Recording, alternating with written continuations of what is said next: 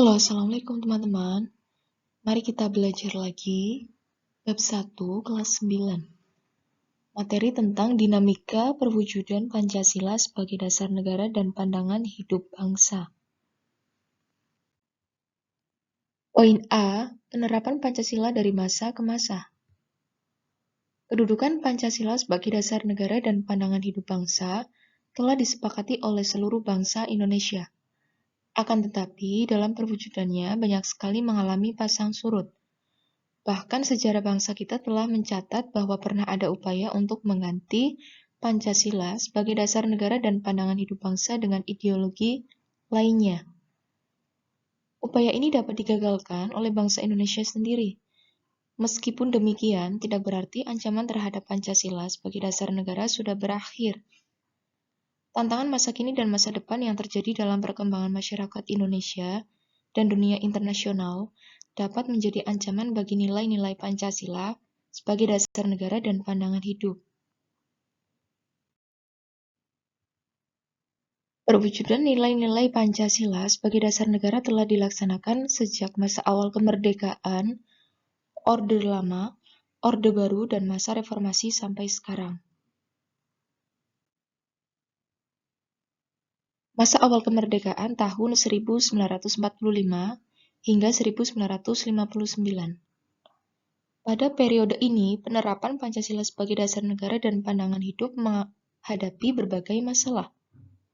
Ada upaya-upaya untuk mengganti Pancasila sebagai dasar negara dan penyimpangan terhadap nilai-nilai Pancasila. Upaya-upaya tersebut diantaranya sebagai berikut. 1. Pemberontakan Partai Komunis Indonesia di Madiun pada tanggal 18 September 1948. Pemberontakan ini dipimpin oleh Musso. Tujuan utamanya adalah mendirikan negara Soviet Indonesia yang berideologi komunis. Dengan kata lain, pemberontakan tersebut akan mengganti Pancasila dengan paham komunis. Pemberontakan ini pada akhirnya dapat digagalkan. 2. Pemberontakan Darul Islam atau Tentara Islam Indonesia dipimpin oleh Sekar Maji Marijan Kartosoewirjo. Pemberontakan ini ditandai dengan didirikannya Negara Islam Indonesia oleh Kartosoewirjo pada tanggal 7 Agustus 1949. Tujuan utama didirikannya NII adalah untuk mengganti Pancasila sebagai dasar negara dengan syariat Islam. Tetapi gerakannya bertentangan dengan ajaran Islam sebenarnya. Mereka melakukan perusakan dan pembakaran rumah-rumah penduduk, pembongkaran jalan-jalan kereta api, perampasan harta benda milik penduduk, serta melakukan penganiayaan terhadap penduduk. 3. Pemberontakan Republik Maluku Selatan. RMS merupakan sebuah gerakan separatisme dipimpin oleh Christian Robert Stephen Somogyl bertujuan untuk membentuk negara sendiri yang didirikan tanggal 25 April 1950. Pulau-pulau terbesarnya adalah Seram, Ambon, dan Buru. RMS di Ambon dikalahkan oleh militer Indonesia pada bulan November 1950. Tetapi konflik di Seram masih berlanjut sampai Desember 1963. Kekalahan di Ambon berujung pada pengungsian pemerintah RMS ke Seram, kemudian mendirikan pemerintahan dalam pengasingan di Belanda pada tahun 1966. 4. Pemerintah Revolusioner Republik Indonesia atau Perjuangan Rakyat Semesta yang dipimpin oleh Syarifuddin Prawiranegara dan Vencesmual tahun 1957 hingga 1958 di Sumatera dan Sulawesi. Gerakan ini merupakan bentuk koreksi untuk pemerintahan pusat pada waktu itu yang dipimpin oleh Presiden Soekarno. Soekarno pada saat itu sudah tidak bisa lagi diberikan nasihat dalam menjalankan pemerintahan sehingga terjadi ketimpangan sosial. Pemerintah pusat dianggap telah melanggar undang-undang pemerintahan yang sentralistis sehingga pembangunan di daerah menjadi terabaikan dan menimbulkan ketidakadilan dalam pembangunan. 5. APRA, Angkatan Perang Ratu Adil, Angkatan Perang Ratu Adil merupakan milisi yang didirikan oleh Kapten Raymond Westerling pada tanggal 15 Januari 1949. Westerling memandang dirinya sebagai Sang Ratu Adil, yang diramalkan akan membebaskan Indonesia dari tirani. Gerakan APRA bertujuan untuk mempertahankan bentuk negara federal di Indonesia, serta memiliki tentara sendiri bagi negara-negara RIS. 6. Perubahan bentuk negara dari Republik Indonesia Serikat menjadi Negara Kesatuan Republik Indonesia. Sedangkan konstitusi yang berlaku adalah Undang-Undang Dasar sementara 1950. Dalam perjalanannya berhasil melaksanakan pemilu pertama di Indonesia pada tahun 1955 yang selama itu dianggap paling demokratis. Tetapi anggota konstituante hasil pemilu tidak dapat menyusun undang-undang dasar seperti yang diharapkan. Hal ini menimbulkan krisis politik, ekonomi, dan keamanan yang menyebabkan pemerintah mengeluarkan Dekrit Presiden 1959. Dekrit tersebut dikenal dengan Dekrit 5 Juli 1959 yang berisi membubarkan Badan Konstituante Undang-Undang Dasar tahun 1945 berlaku kembali dan Undang-Undang Dasar sementara tahun 1950 tidak berlaku, serta segerakan dibentuk MPRS dan DPAS. Pada periode ini, dasar negara tetap Pancasila, akan tetapi dalam penerapannya lebih diarahkan seperti ideologi liberal yang ternyata tidak menjamin stabilitas pemerintahan.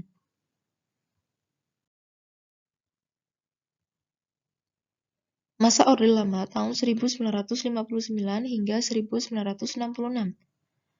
Periode ini dikenal sebagai periode demokrasi terpimpin. Demokrasi terpimpin merupakan sebuah sistem demokrasi yang seluruh keputusan dan pemikiran dan dalam pemerintahan negara berpusat pada pemimpin negara. Pemimpin negara saat itu adalah Presiden Soekarno. Demokrasi terpimpin dicetuskan oleh Presiden Soekarno karena banyaknya gerakan separatis yang menyebabkan ketidakstabilan negara, tersendatnya pembangunan ekonomi karena sering terjadinya pergantian kabinet, sehingga program pembangunan yang dirancang oleh kabinet tidak berjalan secara utuh, serta badan konstituante yang gagal menjalankan tugasnya untuk menyusun undang-undang dasar. Oleh karena itu, Presiden Soekarno mengeluarkan Dekrit Presiden pada tanggal 5 Juli 1959. Walaupun konstitusi negara sudah kembali pada Undang-Undang Dasar Negara Republik Indonesia tahun 1945, namun pelaksanaannya masih terdapat penyimpangan terhadap Undang-Undang Dasar Negara Republik Indonesia tahun 1945.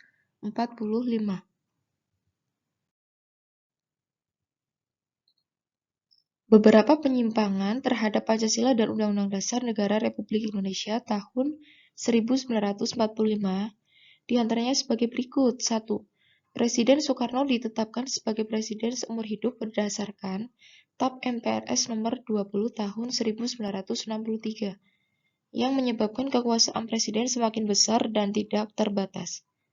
2. Presiden mengeluarkan penetapan Presiden nomor 3 tahun 1960 tanggal 5 Maret 1960 yang membubarkan DPR hasil pemilu 1955.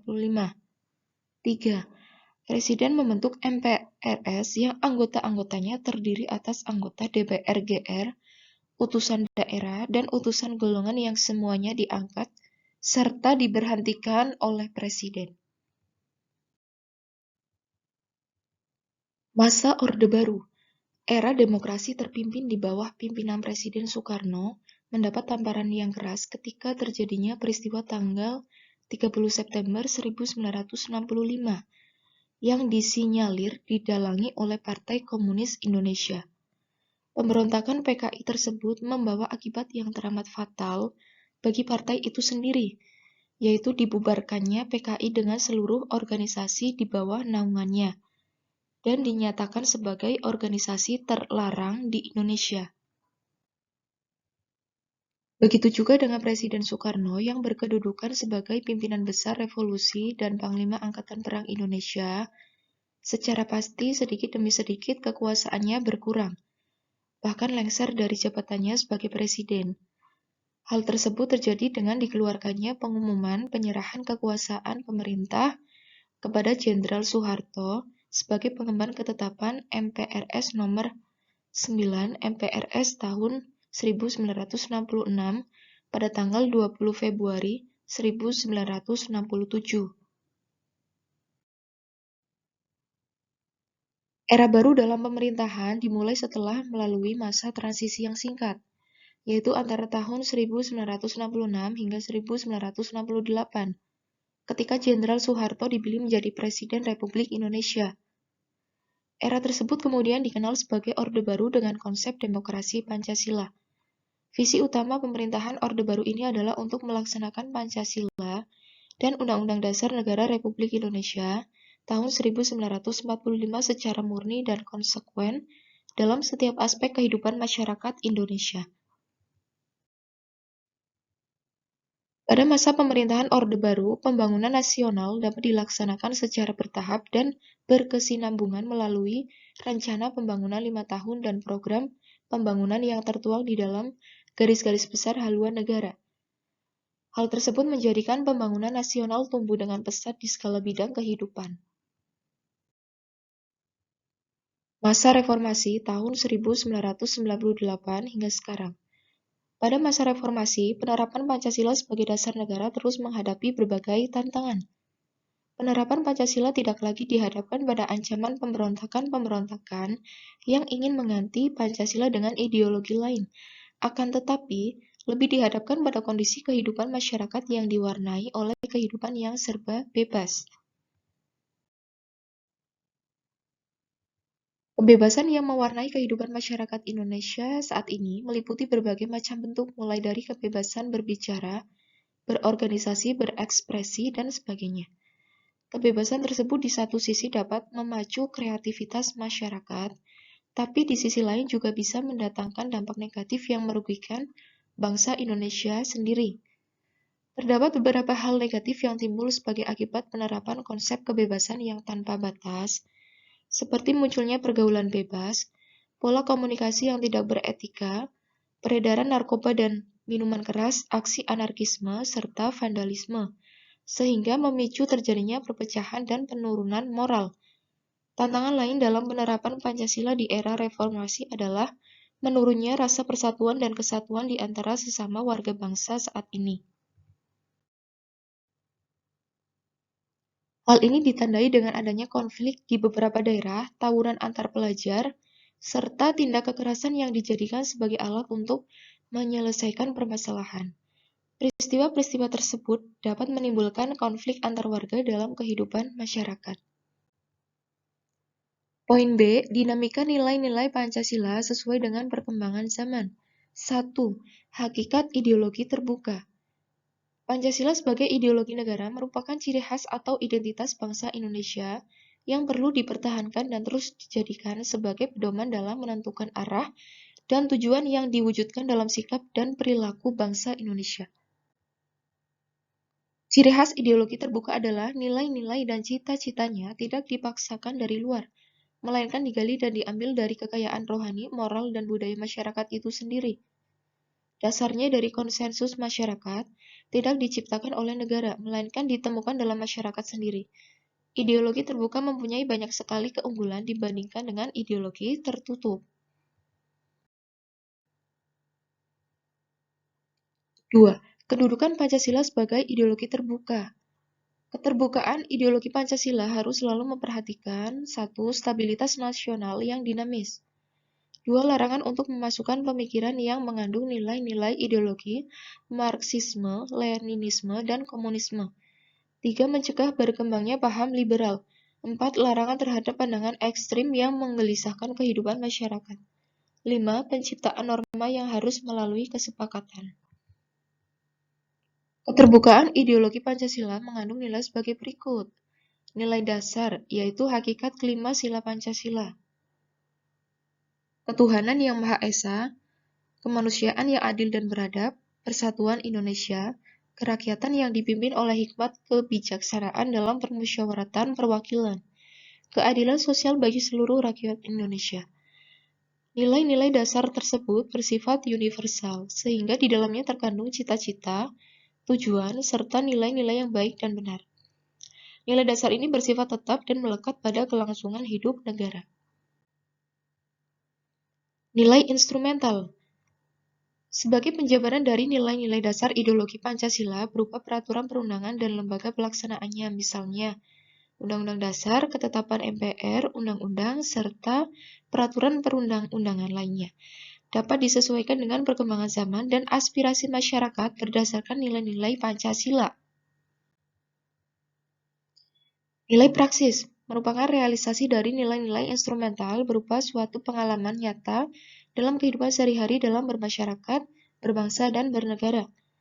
Dalam realisasi praksis inilah, penjabaran nilai-nilai Pancasila senantiasa berkembang dan selalu dapat dilakukan perubahan dan perbaikan, atau reformasi, sesuai dengan perkembangan zaman dan aspirasi masyarakat, sehingga Pancasila merupakan ideologi terbuka.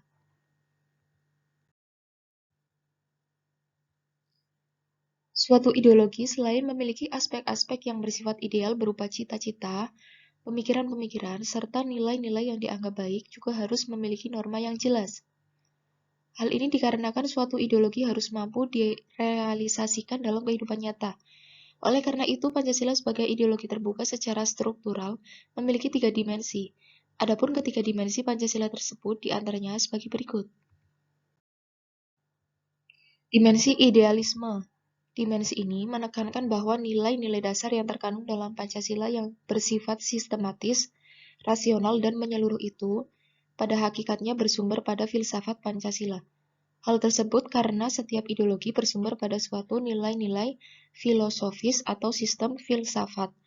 Dimensi idealisme yang terkandung dalam Pancasila mampu memberikan harapan, optimisme, serta memberikan motivasi pendukungnya untuk berupaya mewujudkan cita-citanya. Dimensi normatif. Dimensi ini mengandung pengertian bahwa nilai-nilai yang terkandung dalam Pancasila perlu dijabarkan dalam suatu sistem norma. Artinya Pancasila terkandung dalam pembukaan Undang-Undang Dasar Negara Republik Indonesia tahun 1945 yang merupakan tertib hukum tertinggi dalam negara Republik Indonesia serta merupakan stats fundamental norm, pokok kaidah negara yang fundamental. Dimensi realitas. Dimensi ini mengandung makna bahwa suatu ideologi harus mampu mencerminkan realitas kehidupan yang berkembang dalam masyarakat. Pancasila memiliki keluasan yang memungkinkan adanya pengembangan pemikiran-pemikiran baru yang relevan tentang dirinya, tanpa menghilangkan atau mengingkari hakikat yang terkandung dalam nilai-nilai dasarnya. Poin C. Perwujudan nilai-nilai Pancasila dalam berbagai kehidupan. Yang pertama dalam bidang politik dan hukum. Perkembangan bidang politik meliputi persoalan lembaga negara, hak asasi manusia, demokrasi, dan hukum. Pembangunan negara Indonesia sebagai negara modern salah satunya adalah membangun sistem pemerintahan yang sesuai dengan perkembangan zaman. Adapun lembaga negara baru sesuai dengan amandemen Undang-Undang Dasar Negara Republik Indonesia tahun 1945 adalah DPD, MK, dan KY.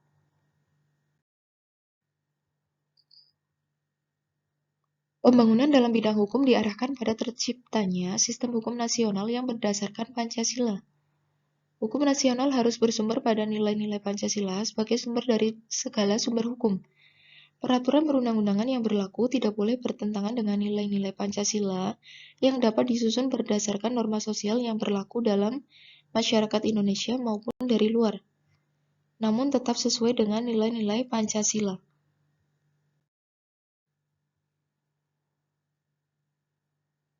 Perwujudan nilai Pancasila dalam bidang ekonomi. Sistem perekonomian yang dikembangkan adalah sistem ekonomi yang dijiwai oleh nilai-nilai Pancasila. Landasan operasional sistem ekonomi yang berdasarkan nilai-nilai Pancasila ditegaskan dalam Undang-Undang Dasar Negara Republik Indonesia tahun 1945, pasal 33, yang menyatakan beberapa hal berikut. Perekonomian disusun sebagai usaha bersama berdasar atas asas kekeluargaan.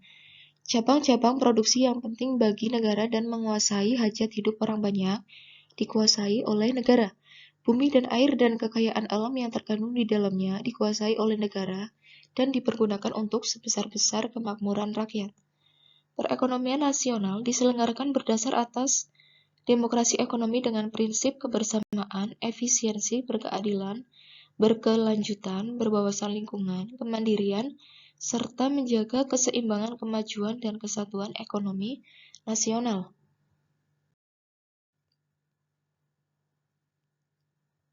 Perwujudan nilai Pancasila dalam bidang sosial budaya.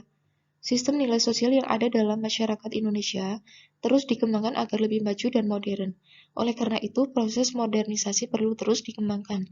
Nilai-nilai sosial yang sudah ada dalam masyarakat yang sesuai dengan Pancasila, seperti kekeluargaan, musyawarah, serta gotong royong, terus dipelihara dan diwariskan kepada generasi muda. Demikian juga nilai-nilai sosial dari luar, seperti semangat bekerja keras, kedisiplinan, dan sikap ilmiah dapat diterima sesuai nilai-nilai Pancasila. Perwujudan nilai Pancasila dalam bidang pertahanan dan keamanan. Pembangunan dalam bidang pertahanan dan keamanan secara tegas dinyatakan dalam Undang-Undang Dasar Negara Republik Indonesia tahun 1945, Pasal 27 ayat 3 yang menyatakan bahwa pembelaan negara merupakan hak dan kewajiban setiap warga negara. Demikian juga Pasal 30 ayat 1 Undang-Undang Dasar Negara Republik Indonesia tahun 1945 menyatakan bahwa setiap warga negara berhak dan wajib ikut serta dalam usaha pertahanan dan keamanan negara. Bentuk partisipasi rakyat dalam pembelaan negara sudah ada dalam masyarakat. Hal tersebut dibuktikan dengan adanya kegiatan ronda malam atau sistem keamanan lingkungan, Siskamling, yang melibatkan masyarakat secara bergantian. Di beberapa daerah juga terdapat lembaga masyarakat atau adat yang bertugas menjaga keamanan masyarakat seperti pecalang di Bali. Lembaga ini dibentuk oleh dan dari masyarakat sekitar untuk menjaga keamanan lingkungan masyarakat. Terima kasih teman-teman, semoga bermanfaat. Wassalamualaikum warahmatullahi wabarakatuh.